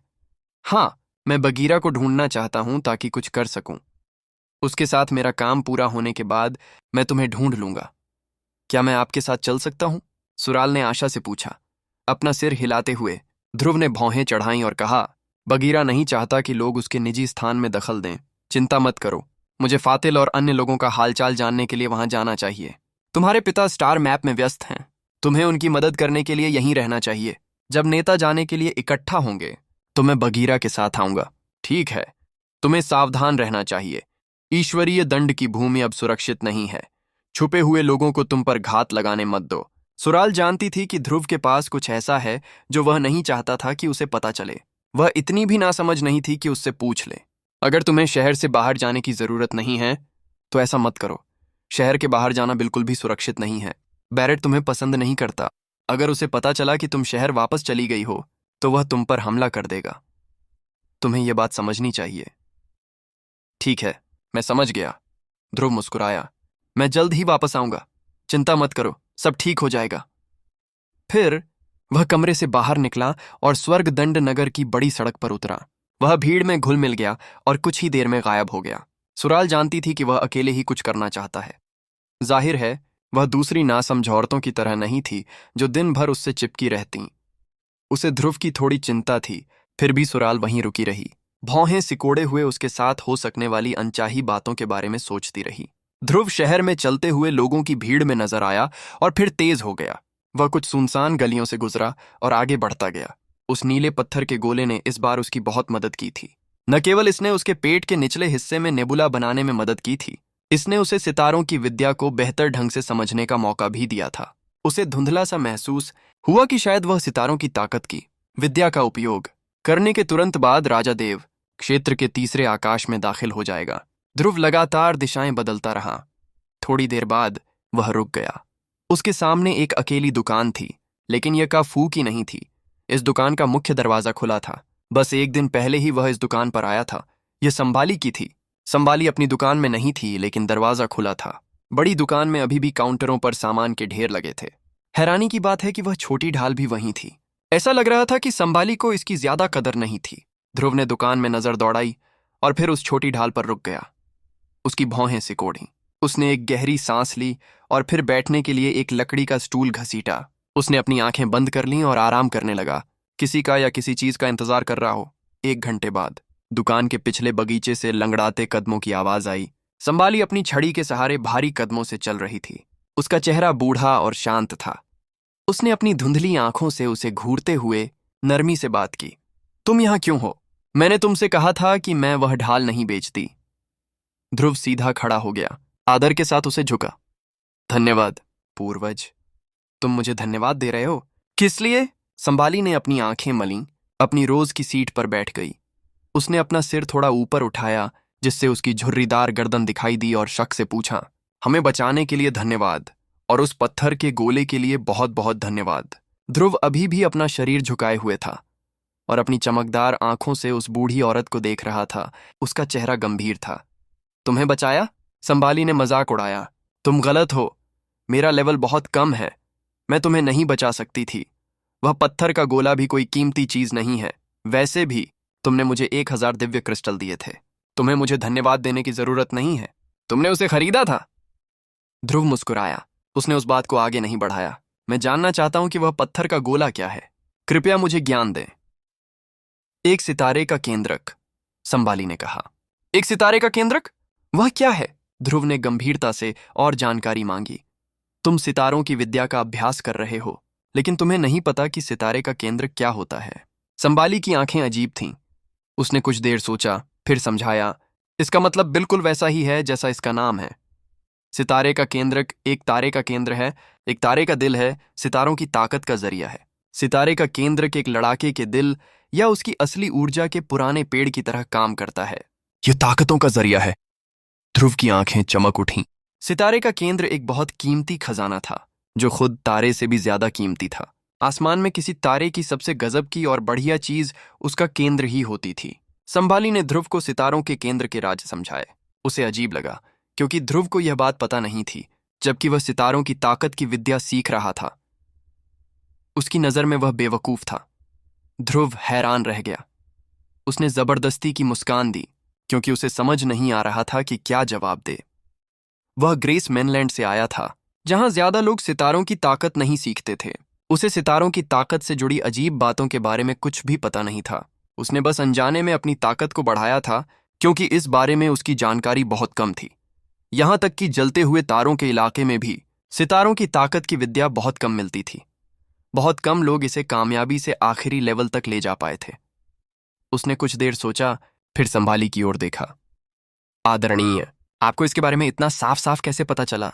और आपकी ताकत के लेवल के साथ आपको कैसे पता चला कि मैं सितारों की ताकत सीख रहा हूं उसी पल से जब आप मुझसे मिली थीं? आपको कैसे पता चला कि सितारे का केंद्र मेरे लिए अच्छा है? इससे वह बहुत उलझन में पड़ गया। यही वजह थी कि उसने सोचा कि संभाली ने ही शायद कल उन्हें बचाया था। जलते हुए तारों के इलाके के आम लड़ाके भी सितारों की ताकत की विद्या से वाकिफ नहीं थे, तो फिर सच्ची ईश्वर दुनिया की एक बूढ़ी औरत की तो बात ही छोड़ दें। लेकिन वह पहली नजर में ही जान गई थी कि उसके पास सितारों की ताकत है। उसे शक क्यों नहीं होता? भले ही मैंने सुअर का मांस न खाया हो, मैंने सुअरों को दौड़ते देखा है, ठीक है? इसमें कुछ अजीब है। संभाली की धुंधली आंखें धीरे धीरे चमक उठीं। मैं इतने लंबे समय से जी रही हूं। हालांकि मैं अपने दायरे से बाहर नहीं जा सकती, लेकिन विद्याओं की ताकतों का मेरा ज्ञान आपसे कहीं ज्यादा गहरा है। सितारों की ताकत सीखने वाले लड़ाकों की एक खास चमक होती है। आम लोग इसे महसूस नहीं कर सकते। खैर, यह कोई अजीब बात नहीं है कि मैं इसे जानती हूं। ध्रुव बस मुस्कुराया। वह उससे और पूछताछ नहीं करना चाहता था। वैसे भी उसके दिल का शक ऐसे ही नहीं जा सकता था। जब संभाली उसे बताना नहीं चाहती थी, तो वह इतना भी ढीठ नहीं था कि उससे और कुछ पूछ सके। मेरे शरीर में कुछ बदलाव आ रहे हैं। थोड़ी देर हिचकिचाने के बाद ध्रुव ने आगे कहा, सितारे का केंद्र मेरे देव शरीर के साथ जुड़ गया है। मेरे पेट के निचले हिस्से में भंबर में एक निहारिका और एक तारा बन गया है। क्या इससे कोई दिक्कत हो सकती है? यही वजह है कि वह यहां आया था। सितारे का केंद्र और सितारा लड़ाकू आत्मा एक हो गए थे। दोनों ने मिलकर उसके पेट के निचले हिस्से में एक गजब की निहारिका बना दी थी, जिससे उसकी सितारों की ऊर्जा सोखने की ताकत 5 गुना से भी ज्यादा बढ़ गई। साथ ही सितारों की ऊर्जा का इस्तेमाल करते समय उसे बहुत आराम भी महसूस हुआ, पर उसे यकीन नहीं था कि इस हालत से कोई दिक्कत हो सकती है। वह तनाव में था और बहुत चिंतित था। संभाली की आंखें थोड़ी चमक उठीं। वह उसे देखती रही, सोचती रही। थोड़ी देर बाद वह बुदबुदाई, तुम्हें नेबुला मिल गया? हाँ, मैंने एक नेबुला बनाया है, लेकिन मुझे यकीन नहीं है कि यह कैसे बना। मुझे चिंता है कि यह कुछ उल्टा असर या कोई ऐसा खतरा ला सकता है जिससे मुझे चिंतित होना चाहिए। ध्रुव ने जवाब दिया। इसमें क्या खतरा हो सकता है? संभाली ने अपने होंठ भींचे। तुम किस्मत वाले हो, तुमने इतनी आसानी से नेबुला बना लिया। क्या तुम नेबुला के गहरे रहस्यों को जानते थे? चिंता मत करो, इससे तुम्हें कोई नुकसान नहीं होगा। यह तुम्हारे सितारों की ताकत की विद्या के साथ पूरी तरह से जुड़ जाएगा। जैसे ही नेबुला बनता है, इसका मतलब है कि तुम्हारी सितारों की विद्या सही रास्ते पर है। अगर तुम सीखना जारी रखोगे तो तुम्हें बहुत कामयाबी मिलेगी। यह नेबुला तुम्हारे शरीर में मौजूद असली ऊर्जा के पुराने पेड़ के जैसा है। ये तुम्हारे देव शरीर के केंद्र हैं, तुम्हारी ताकतों के स्रोत हैं, जो तुम्हारी ताकतों को बढ़ाने के लिए एकदम सही हैं। समझ गया? ध्रुव को राहत महसूस हुई। वह अचानक शांत हो गया। मुझे कोई नुकसान नहीं पहुंचा है ना? नहीं, यह एक जरूरी कदम है जिसे सितारों की विद्या सीखने वाले हर इंसान को महसूस करना चाहिए। संभाली हल्की सी मुस्कुराई। अच्छा, तो तुम्हारे 1000 दिव्य क्रिस्टल अच्छी तरह खर्च हो गए? मुझे ऐसा लगता है। ध्रुव मुस्कुराया और फिर चुप हो गया, जैसे कि वह किसी बात पर विचार कर रहा हो। थोड़ी देर बाद वह मुड़ा और दरवाजे तक गया और पत्थर का दरवाजा बंद कर दिया। अब बाहर से कोई नहीं देख पाएगा कि दुकान के अंदर क्या हो रहा है। संभाली ने उसे देखते हुए भौहें चढ़ाईं, पर उसने उसे रोका नहीं, जैसे वह देखना चाहती थी कि वह क्या करना चाहता है। दरवाजा बंद करने के बाद ध्रुव ने गहरी सांस ली। उसका चेहरा गंभीर हो गया। वह संभाली के पास गया। उसकी आंखें उस छोटी ढाल को घूर रही थीं। उसने अपनी आवाज धीमी कर ली। आदरणीय, क्या आप जानती हैं कि उस छोटी ढाल का क्या राज है? संभाली का चेहरा शांत था। उसमें कोई अजीब भावना नहीं झलक रही थी। उसने सिर हिलाया। नहीं, सच में। क्या आप मुझे इसे देखने देंगी? मैं इसे नहीं खरीदूंगा, मैं बस इसे कुछ देर देखना चाहता हूं। मैं आपकी इजाजत चाहता हूं, आदरणीय। ध्रुव ने गंभीर और कठोर चेहरे से पूछा। क्यों? संभाली ने अपनी भौहें सिकोड़ लीं। शायद मैं कुछ सोच सकूं। कृपया मुझे ऐसा करने की इजाजत दें, ध्रुव ने जोर देकर कहा। संभाली धीरे धीरे अपने थके हुए शरीर को हिलाती हुई, भौहें चढ़ाती हुई, तरह तरह के सामान के ढेर की ओर बढ़ी। उसने एक छोटी सी ढाल उठाई। थोड़ी देर हिचकिचाते हुए उसने उसे ध्रुव को दे दिया। तुम देख तो सकते हो, लेकिन छीन नहीं सकते। हालांकि ये छोटी सी ढाल कोई कीमती चीज नहीं है, पर मेरे लिए इसका एक खास मतलब है। चिंता मत करो, मैं सावधान रहूंगा। मैं इसे इस दुकान से बाहर नहीं ले जाऊंगा। ध्रुव तुरंत मान गया। उसने चमकती आंखों से छोटी ढाल को देखा। ये छोटी सी ढाल किसी अनजान चीज से बनी थी। ये सोने या जेड की नहीं थी, लेकिन ध्रुव के हाथों में यह बहुत भारी और ठंडी लग रही थी। ढाल के दोनों ओर कोई पैटर्न या नक्काशी नहीं थी। यह देखने में बिल्कुल साधारण लग रही थी। छोटी ढाल को सहलाते हुए ध्रुव ने अपनी ईश्वर आत्मा और इंद्रियों का उपयोग करने के लिए अपनी आंखें बंद कर लीं। आत्मा का ठिकाना धीरे धीरे घूम रहा था। आत्मा के ठिकाने के ऊपर तैरती हुई ईश्वर आत्मा के माथे पर एक अजीब सा निशान धीरे धीरे दिखाई देने लगा। खून जैसे लाल बादलों के 5 समूह दिखाई दे रहे थे, मानो कोई अजीब सी ऊर्जा रिस रही हो। यह सादी ढाल चमक तो नहीं रही थी, लेकिन ढाल के एक तरफ कुछ आकृतियां उभरने लगीं। फिर ढाल के बाहरी हिस्से पर खून जैसे लाल बादल का एक निशान उभर आया। ढाल पर लाल बादलों के 5 समूह और उसकी ईश्वर आत्मा के माथे पर मौजूद बादल एक जैसे थे। हालांकि उनमें कोई चमक या ऊर्जा का उतार चढ़ाव नहीं था, फिर भी वे एक बुरी और अनोखी चीज का एहसास देते थे। वे 5 गहरे लाल आंखों की तरह थे, जो लोगों पर चुपके से नजर रखते और उन्हें चिढ़ाते थे। स्वूश! उसकी उंगलियों के सिरे से एक जानलेवा ऊर्जा फूट पड़ी। ये भूरी धुंधली ऊर्जा ढाल पर लगे खून के निशान में समा गई। धमाका! निशान से एक गहरी लाल जैसी रोशनी निकली। छोटी ढाल भिनभिनाने और फुफकारने लगी। कुछ ही देर बाद छोटी ढाल बड़ी हो गई। अब वह 3 मीटर ऊंची और 2 मीटर चौड़ी हो गई थी। गहरे लाल निशान ने ढाल के एक तरफ को ढक लिया था, जो खून जैसे लाल चमक में चमक रहा था। ढाल के दूसरी तरफ अब अनगिनत सुंदर और पेचीदा आकृतियां थीं। जाहिर है, यह एक जादुई बनावट थी जिसमें एक ऐसी बुरी ऊर्जा छिपी थी जिसे महसूस नहीं किया जा सकता था। धीरे धीरे इस तरफ एक बढ़िया सा हैंडल दिखाई दिया। ऐसा लग रहा था जैसे हैंडल इसलिए लगा है ताकि इस्तेमाल करने वाला ढाल ऊपर उठा सके। ढाल पर लगे गहरे लाल निशान से एक लाल रोशनी निकल रही थी जो रक्तशिरा वलय की चमक से अलग नहीं थी। बादलों के 5 समूह एक पंचकोण में सजे थे। दूर से देखने पर यह एक विशाल खून खराबे वाले मुंह जैसा लग रहा था जो हर तरह की रोशनी को निगल सकता था। दरार विशाल ढाल दुकान की मजबूत पत्थरीली जमीन को चकनाचूर करते हुए गिर पड़ी। ढाल का 2/3 हिस्सा किसी तेज तलवार की तरह जमीन में धंस गया। उसका सिर्फ एक छोटा सा हिस्सा ही दिखाई दे रहा था। ध्रुव दंग रह गया। यह विशाल ढाल 1000 जानवरों जितनी भारी थी। इसकी तुलना 1000 मीटर ऊंचे पहाड़ से की जा सकती थी। ध्रुव ढाल को संभाल नहीं पाया। जैसे ही वह बड़ी हुई वह सीधे जमीन में धंस गई। संभाली काउंटर के पीछे खड़ी थी। उसकी आंखें जानलेवा गुस्से से भरी हुई लग रही थीं। वे चमकीं और फिर सामान्य हो गईं। उसने चुपचाप उसे देखा। कोई अजीब सा इशारा नहीं दिखाया। उसने कुछ कहा भी नहीं। वह बस चुपचाप और बिना किसी भाव के उसे देख रही थी, मानो इन सब का उससे कोई लेना देना ही ना हो। गहरी सांस लेते हुए ध्रुव ने ढाल के हैंडल को पकड़ने के लिए हाथ बढ़ाया और उसे ऊपर उठाने की कोशिश की। हाय! ध्रुव दहाड़ा। उसके पूरे शरीर की शक्ति आसमान छू गई। उसकी मांसपेशियां और नसें ज्वालामुखी की तरह फट पड़ीं। उसके शरीर में शुद्ध ऊर्जा काफी बढ़ गई। धमाका! वह ढाल को सिर्फ 1 मीटर ऊपर उठा पाया, फिर उसे नीचे रखना पड़ा। ढाल जमीन में गहराई तक धंस गई। उसका सिर्फ एक छोटा सा हिस्सा ही जमीन से ऊपर बचा। ध्रुव भी जमीन में धंस गया। उसका आधा शरीर जमीन में धंस गया, मानो कठोर जमीन टोफू का एक टुकड़ा हो जो उसे थामे नहीं रख पा रहा हो। पत्थर और चट्टानें बिखर गईं। अपने शरीर की ऊर्जा के कारण वह ढाल को ऊपर नहीं उठा पा रहा था, जो अभी अभी बड़ी हो गई थी। इससे उसका शरीर जमीन में धंस गया। ये बड़ी ढाल कितनी भारी थी! ध्रुव डर गया। उसकी सांस फूलने लगी। उसे बहुत बुरा लग रहा था।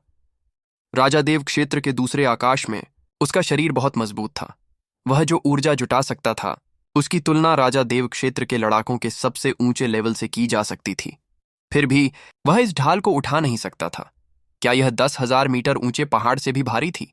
क्या यह किसी असली तारे जितना भारी हो सकता है? ध्रुव के दिल में एक अनजाना डर था। इस ढाल का इस्तेमाल करने वाला इसे आसानी से काबू कर सकता था। वह ढाल को उड़ाने के लिए ऊर्जा का इस्तेमाल भी कर सकता था। उस विशाल ढाल को काबू करने के लिए उस इस्तेमाल करने वाले के पास किस तरह की काबिलियत और ऊर्जा थी।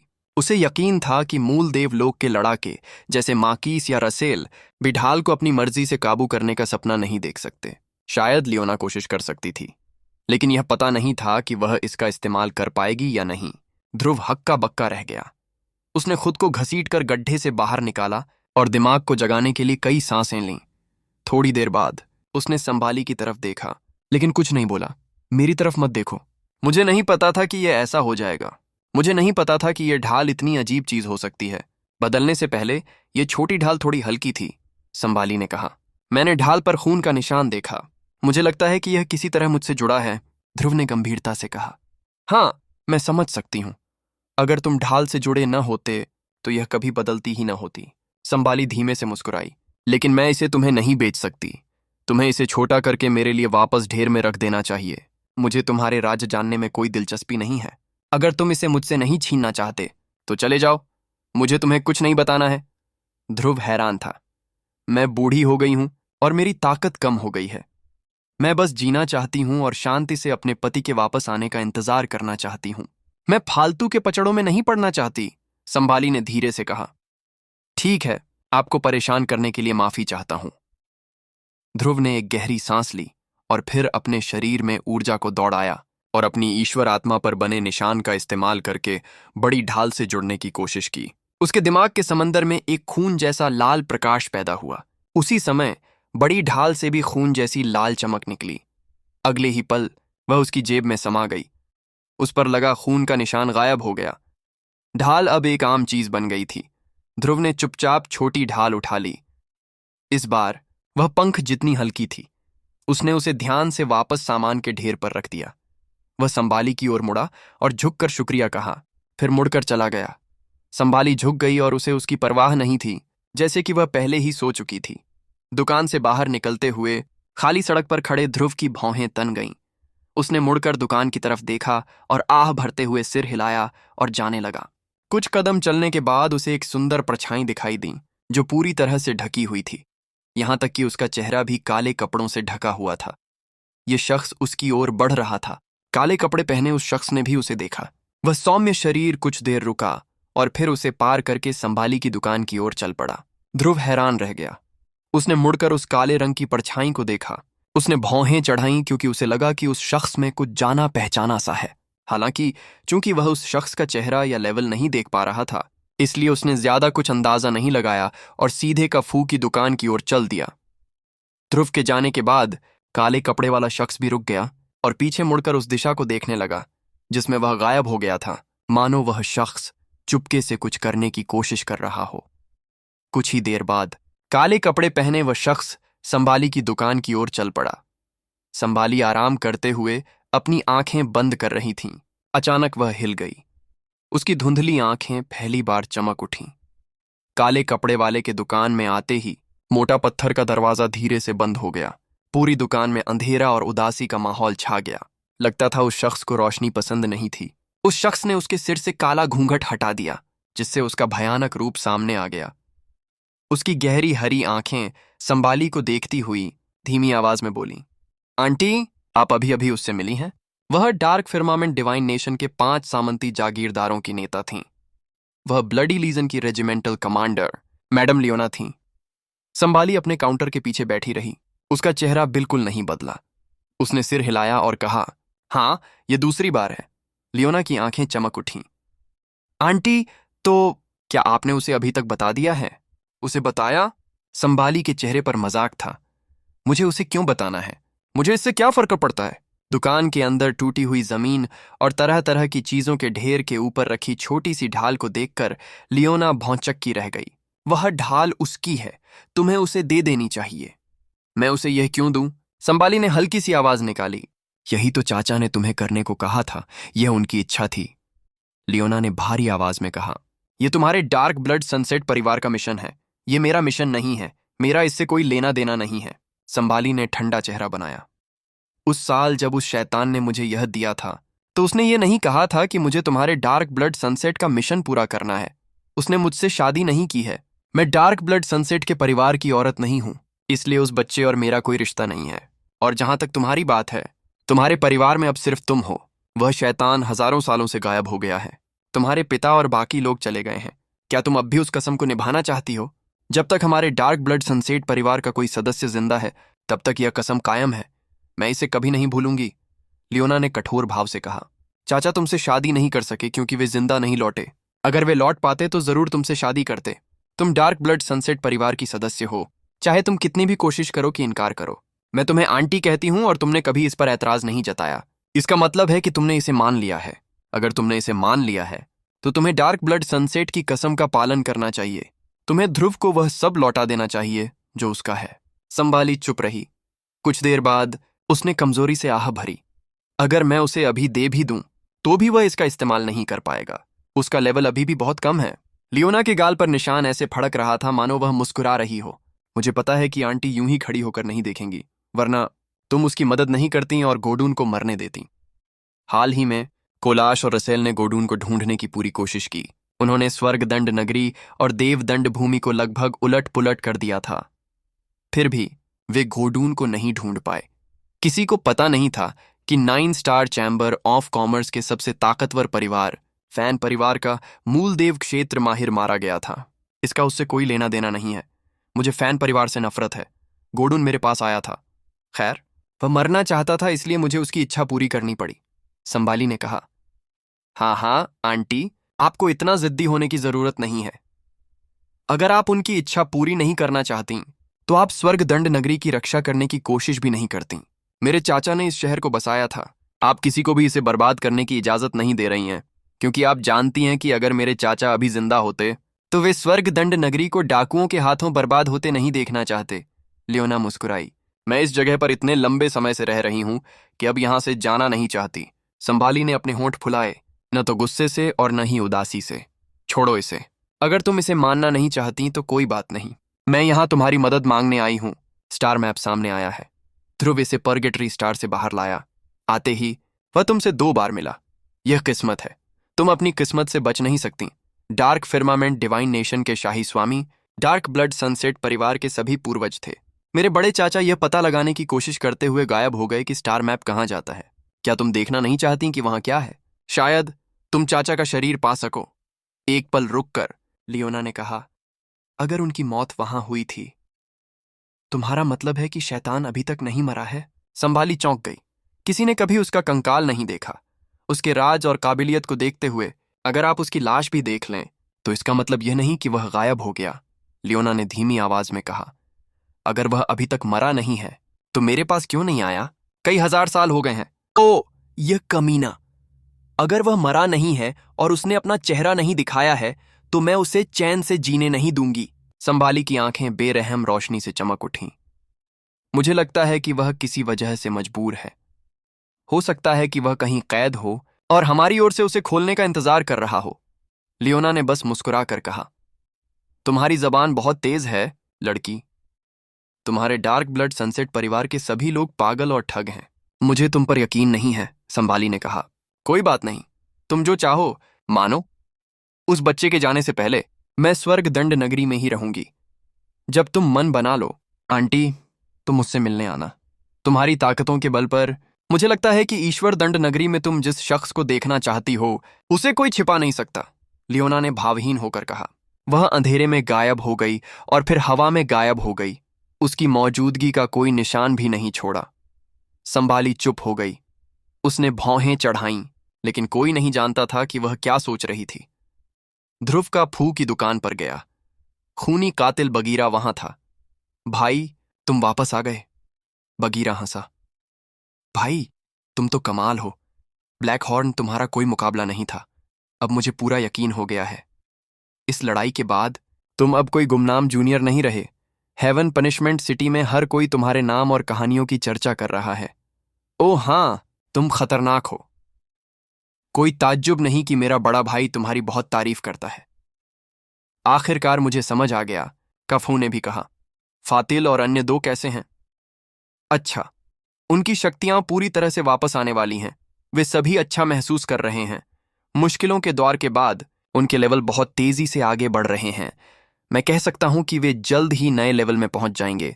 बगीरा ने ईमानदारी से तारीफ की।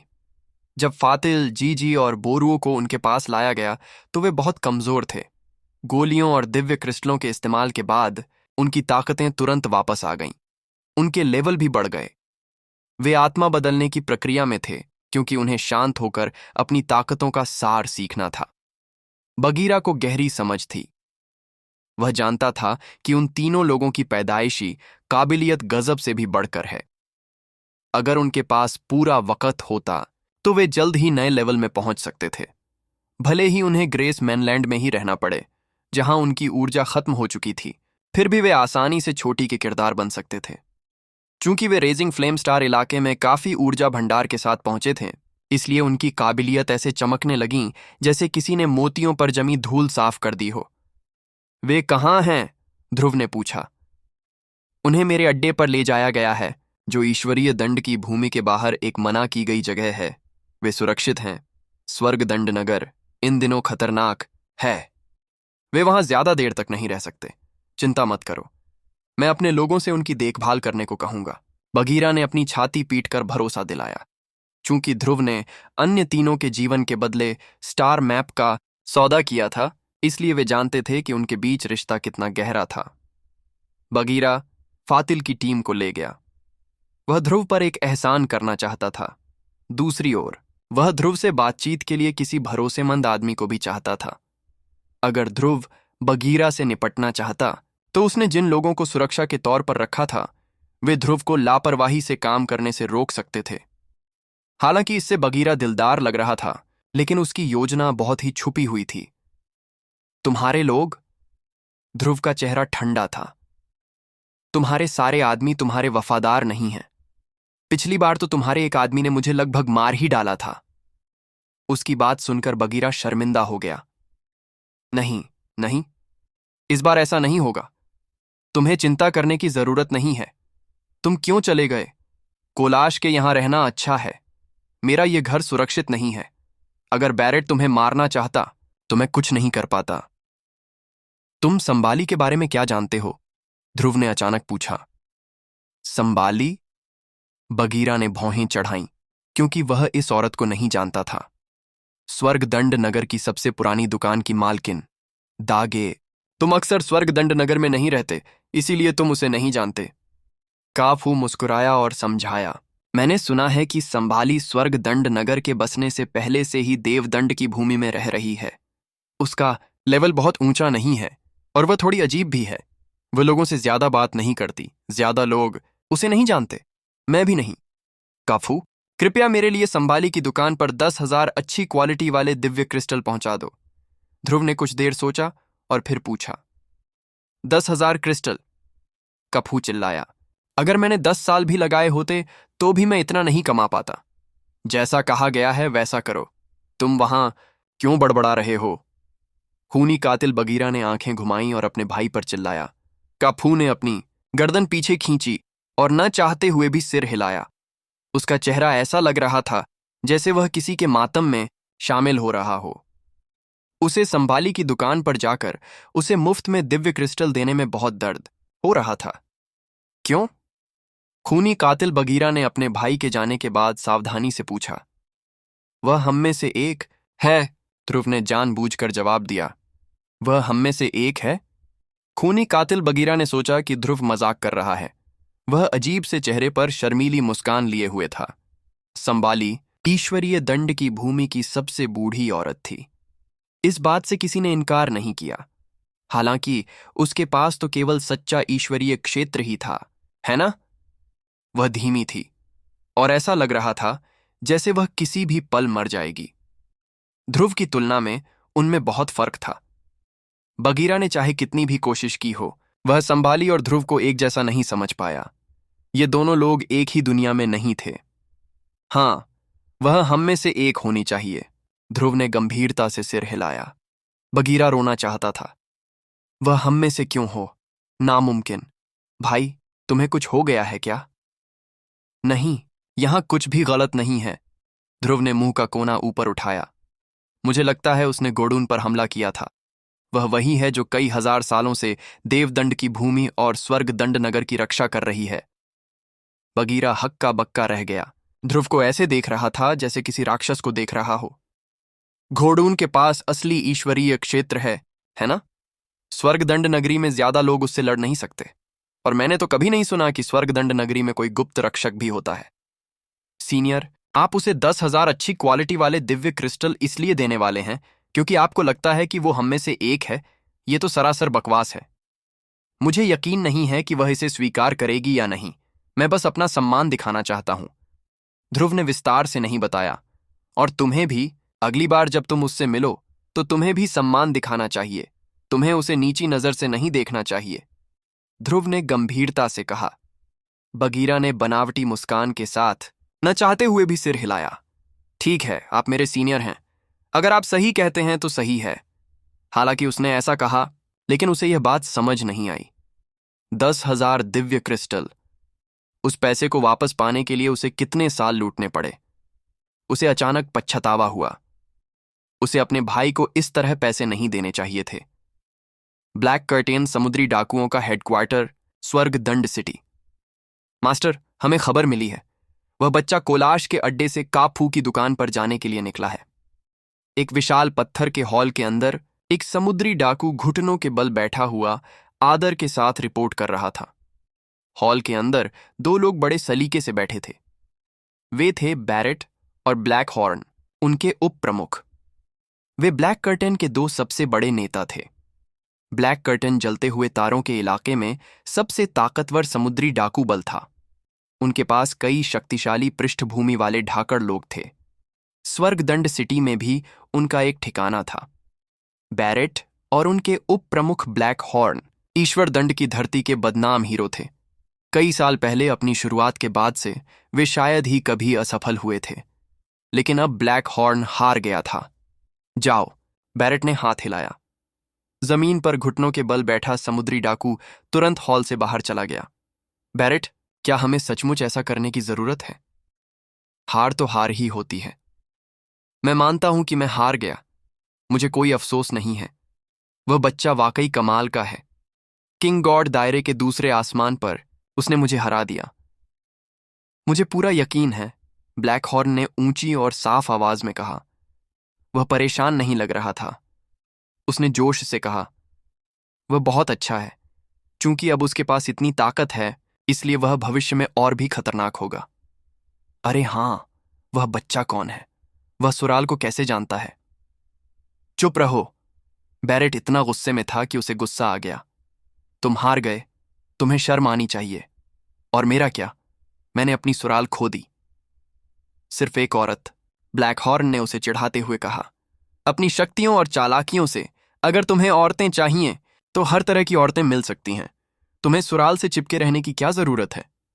ब्लैक हॉर्न कुछ देर हिचकिचाया, फिर बोला, सच कहूं तो मैं नहीं चाहता कि तुम उस औरत से कोई रिश्ता रखो। इतने साल हो गए हैं जब हमने हर मुमकिन कोशिश की है। अपनी इस कामयाबी के लिए हमने कितना खून बहाया है।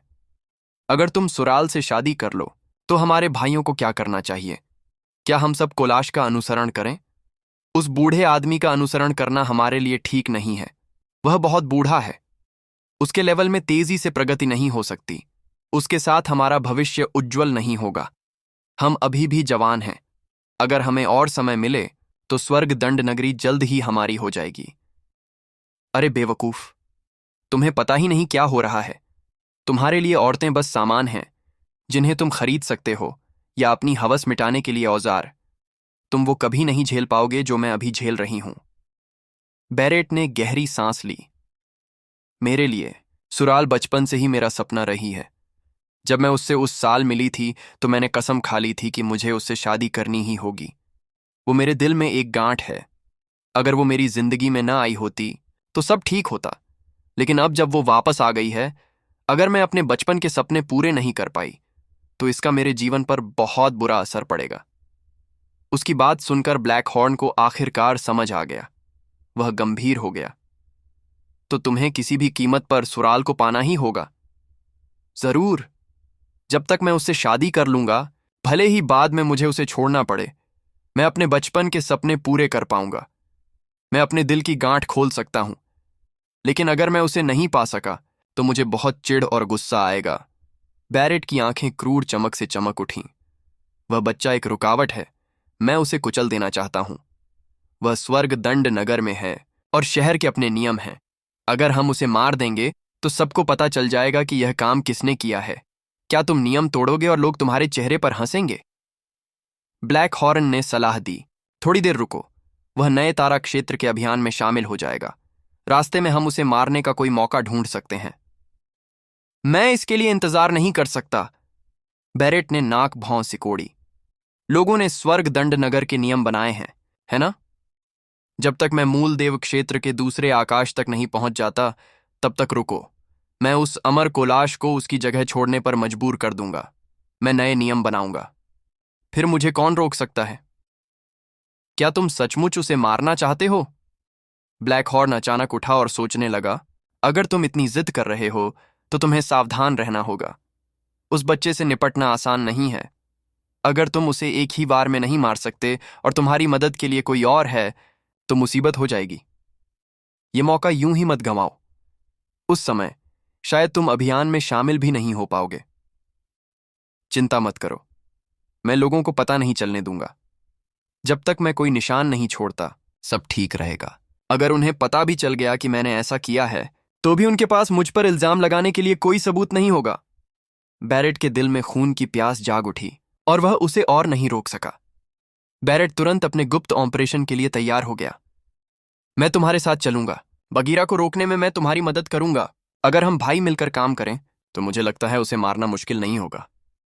ब्लैक हॉर्न हिचकिचा रहा था, लेकिन उसके पास अपने भाई के साथ काम करने का ही विकल्प था। उन दोनों में गहरा भाईचारा था। वे कई सालों और लड़ाइयों से साथ रहे थे। ये दोनों ऐसे इंसान थे जो किसी भी चीज से नहीं डरते थे। एक बार ठान लेने के बाद वे कभी नहीं हिचकिचाते थे। उनके काम कठोर और उग्र होते थे, जिससे विरोधियों को पलटवार करने का कोई मौका नहीं मिलता था। अच्छा भाई, पैरेट हंसते हुए चिल्लाया, जाओ! हम उसे मार डालेंगे। अगर वह मर गया तो कोलाश के पास कोई चारा नहीं है। उसे वैसे भी हमारी सेना की जरूरत है। इसके बाद वे अपने लड़ाकों को बताए बिना ही चले गए। वे अपने लक्ष्य को मारने की कोशिश में चुपचाप ब्लैक कर्टेन के हेडक्वार्टर से निकल गए। स्वर्गदंड शहर के दक्षिण पश्चिम क्षेत्र में एक अलग हवेली, 10 से ज्यादा लड़ाके जमीन के नीचे एक खुफिया कमरे में इकट्ठे हुए थे। उनके चेहरे गंभीर थे। कमरे के बीचों बीच पत्थर के ताबूत में एक ठंडी और बर्फीली लाश पड़ी थी। यह 9 स्टार चैम्बर ऑफ कॉमर्स के गोडून थे। उसके आसपास के लोगों ने आम कपड़े पहने थे, लेकिन वे सभी 9 स्टार चैम्बर ऑफ कॉमर्स के माहिर थे। इस समय वे सभी उदास लग रहे थे। 2 दिन पहले गोडून पीला चेहरा लिए वापस आया था। उसने कहा था कि उसे गहरी चोट लगी है और उसे अकेले में आराम करने की जरूरत है। लेकिन एक रात बाद जब वे जरूरी मामलों पर बात करने के लिए उससे मिलने आए तो उन्होंने पाया कि उसकी सांसें थम गई हैं। आमतौर पर मूल देवलोक में कोई लड़ाका इतनी आसानी से नहीं मरता। हालांकि उसका देव शरीर चकनाचूर हो गया था, फिर भी वह किसी कला से आत्मा के ठिकाने का उपयोग करके उसे फिर से जिंदा कर सकता था। लेकिन गोडून की आत्मा भी नष्ट हो गई। वह मर चुका था, सचमुच मर चुका था। वह अब कभी जिंदा नहीं हो पाएगा।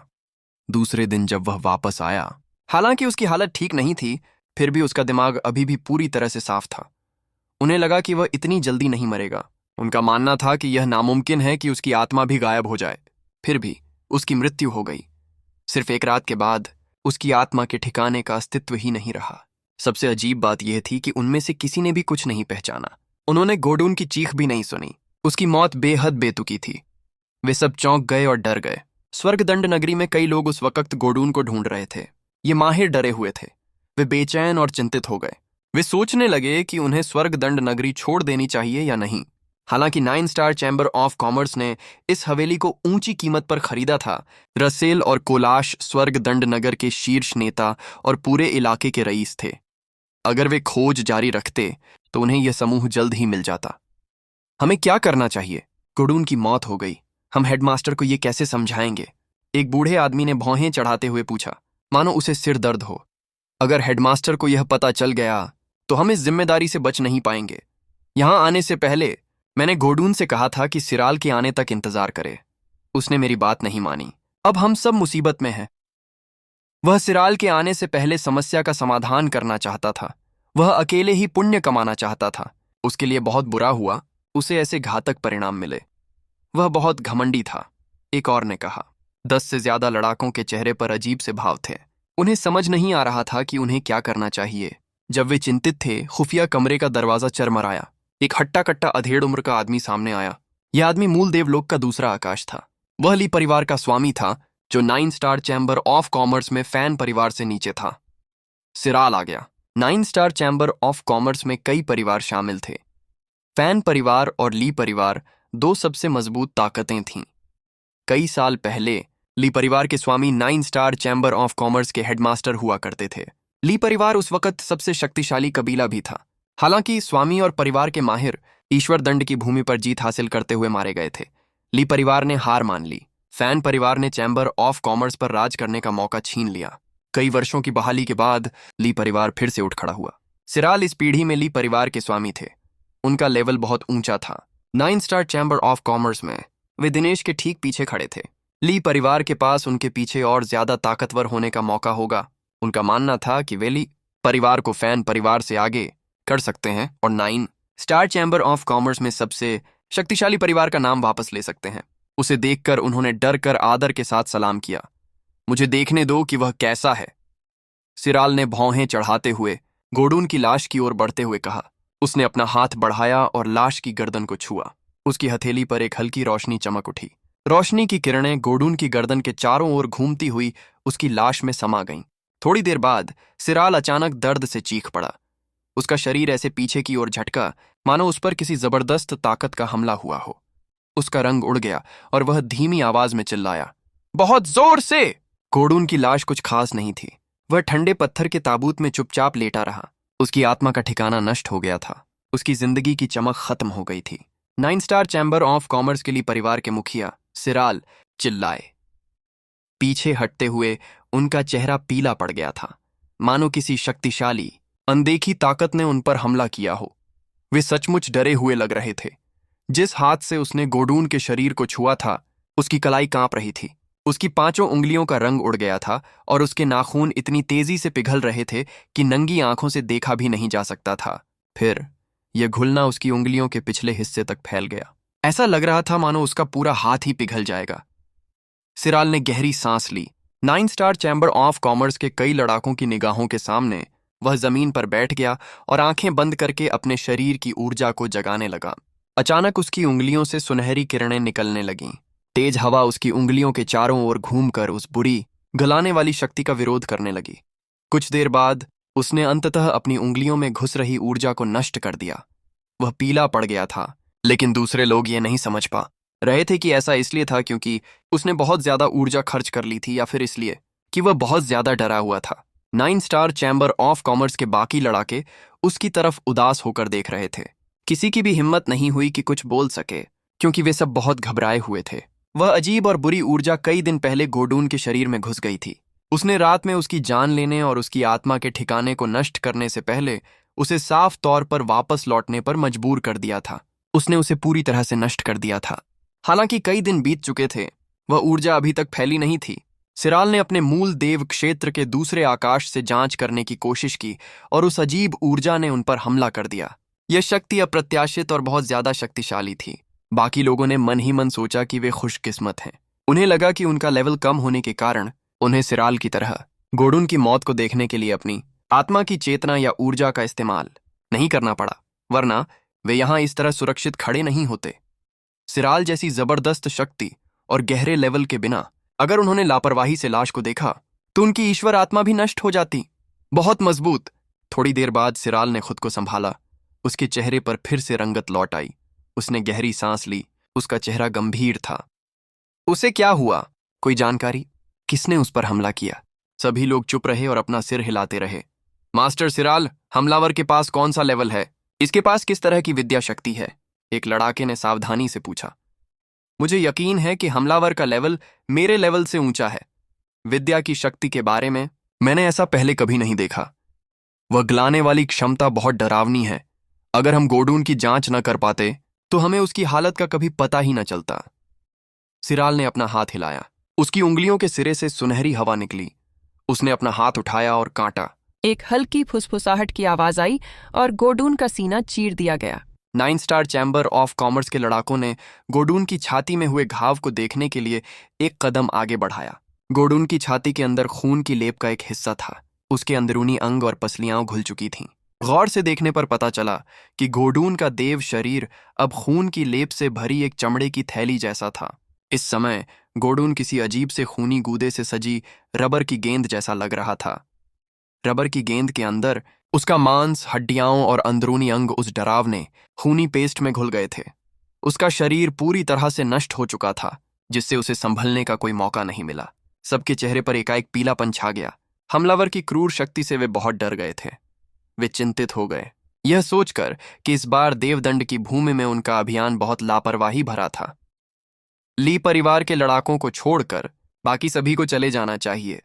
अब हमें कुछ बात करनी है। सिराल ने कुछ देर सोचने के बाद गंभीर चेहरे के साथ चिल्लाकर कहा। 9 स्टार चैम्बर ऑफ कॉमर्स के आधे से ज्यादा लड़ाकों ने अपने शरीर को झुकाकर माफी मांगी। सभी के चेहरे पर उदासी थी।